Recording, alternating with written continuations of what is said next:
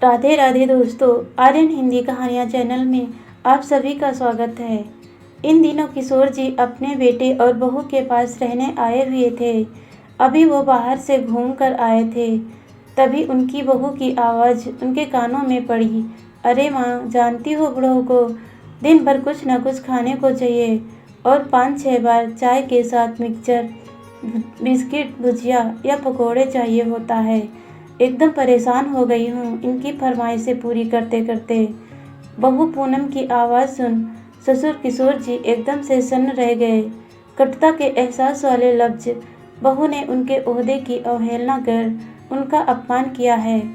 उन्होंने कुछ कहा नहीं, अपने आंसू पोंछते हैं और अपने कमरे में जाकर लेट गए। 80 साल के हो चुके किशोर जी की पत्नी कुछ साल पूर्व स्वर्ग सिधार गई थी।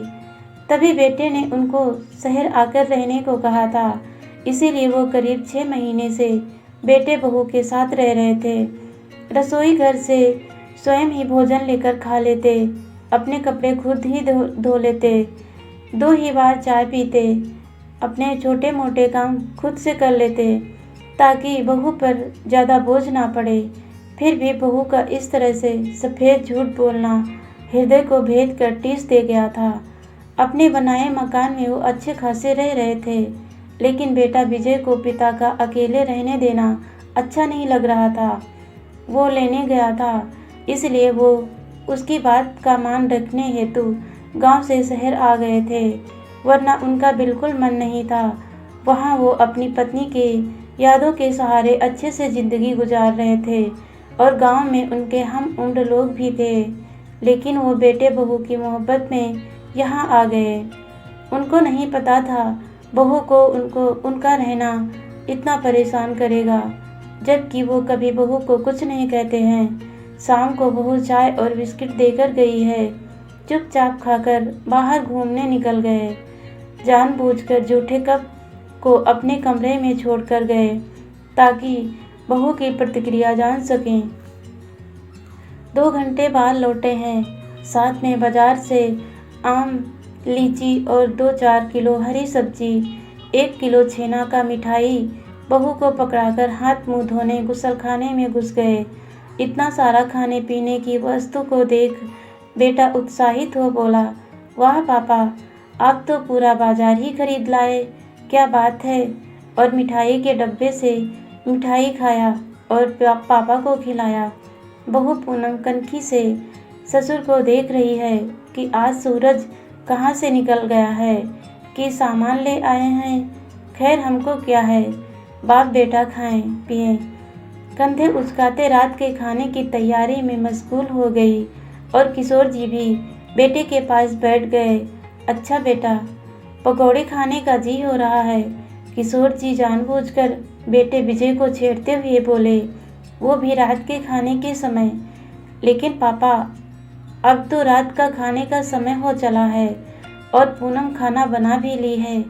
चलिए भोजन कर लिया जाए, कल पकौड़े बनवाया जाएगा। विजय उठने लगा है, तभी किशोर जी इशारे से बैठने को कहते हैं। उसकी ओर मुखातिब हो कहने लगे, देख बेटा, तेरा बुढ़ा बाप सठिया गया है, इसीलिए अभी ही खाने का मन कर रहा है। क्या करें हम, कैसे मन को महसूस कर रखें। इसीलिए बहू को बोलना कि पकौड़े बना दे अभी। देख बेटा, अब मेरा क्या भरोसा, पका आम हूँ, कब टपक जाऊँ क्या पता। बाप की बात सुन विजय भावुक हो गया और बोला, पापा ऐसी बातें ना करें। ठीक है पापा, मैं पूनम से बोलता हूँ। और जब विजय ने पूनम से पकौड़े बनाने को बोला तो पूनम जल भुन गई, लेकिन अब विजय के सामने कुछ कह नहीं सकती थी, मजबूरी थी उनकी। बुढ़ऊ को बर्दाश्त करना था। पूनम को पहले पकौड़े तलने पड़े, फिर आधे घंटे के बाद भोजन देना पड़ा। इस वजह से मन ही मन कोफ्त खा रही है। सब खा पीकर सोने चले गए। अब ये रोज का हो गया। विजय जी, किशोर जी इस तरह बेटे के समक्ष ही जानबूझकर फरमाइश करते ताकि बहू के अक्ल को ठिकाने पर ला सके। एक दिन पूनम के सब्र का बांध टूट गया और अपने पति से रोते रोते कहती है, देखो जी, आप अपने पापा को समझाइए ना, खाना के समय कभी कॉफ़ी, कभी पकौड़े, कभी कुछ मांगते हैं। एकदम परेशान हो जाती हूँ। लेकिन पापा वृद्ध हैं ना, जो मांगते हैं वो खिला पिला दिया करो। माँ भी नहीं है ना, ऐसे में बेचारे तुमसे ही कहेंगे ना। कहकर करवट बदलकर विजय सो गया और पूनम अपना सा मुँह लेकर रह गई। अब उसके सर से पानी ऊपर हो रहा था। पूनम अब बहुत परेशान हो गई। उसने सोचा विजय से कुछ कहना बेकार है, ससुर जी से ही बात की जाए। किशोर जी के पास जाकर कहती है, पापा आप शाम को नाश्ता कर लिया करिए। रात के समय नाश्ता खाना एक साथ बनाने में दिक्कत हो रही है। अरे बहू, क्या परेशानी है? बेटा के सामने खाना पीना अच्छा लगता है। वैसे भी तुम विजय के ऑफिस चले जाने के उपरांत ना तो कभी खाना देती हो, ना ही कुछ अच्छा सा पकवान बनाती हो। इसीलिए बेटे के रहते मैं बोलता हूँ, ताकि तुम मेरे मन मुताबिक खाना तैयार करो।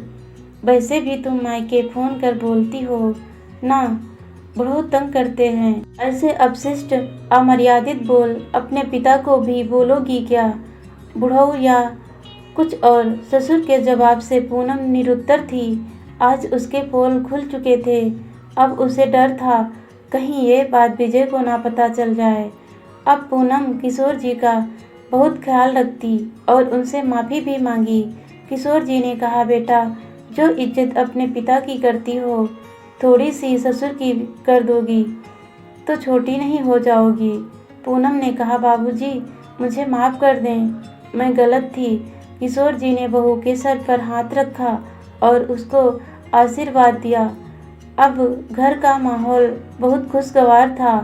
अक्सर किशोर जी बहू की काम में मदद भी करवा देते और पूनम का मूड भी अच्छा रहता। विजय भी ये दृश्य देख बहुत खुश होता। हमें अपने बड़ों की इज्जत करनी चाहिए, जैसे हम अपने पिता के लिए अब शब्द नहीं कह सकते। वैसे तो ससुर भी होते हैं, फिर हम उनको बोझ क्यों समझते हैं? हम चाहते हैं हमारे माँ बाप को भाई भाभी खुश रखें, उनकी हर ज़रूरत को पूरा करें। तो फिर ये बात हम क्यों भूल जाते हैं कि वही तो हम पर भी लागू होता है। दोस्तों, कहानी अच्छी लगी तो लाइक, शेयर और सब्सक्राइब ज़रूर कीजिएगा। वीडियो देखने के लिए बहुत बहुत धन्यवाद दोस्तों।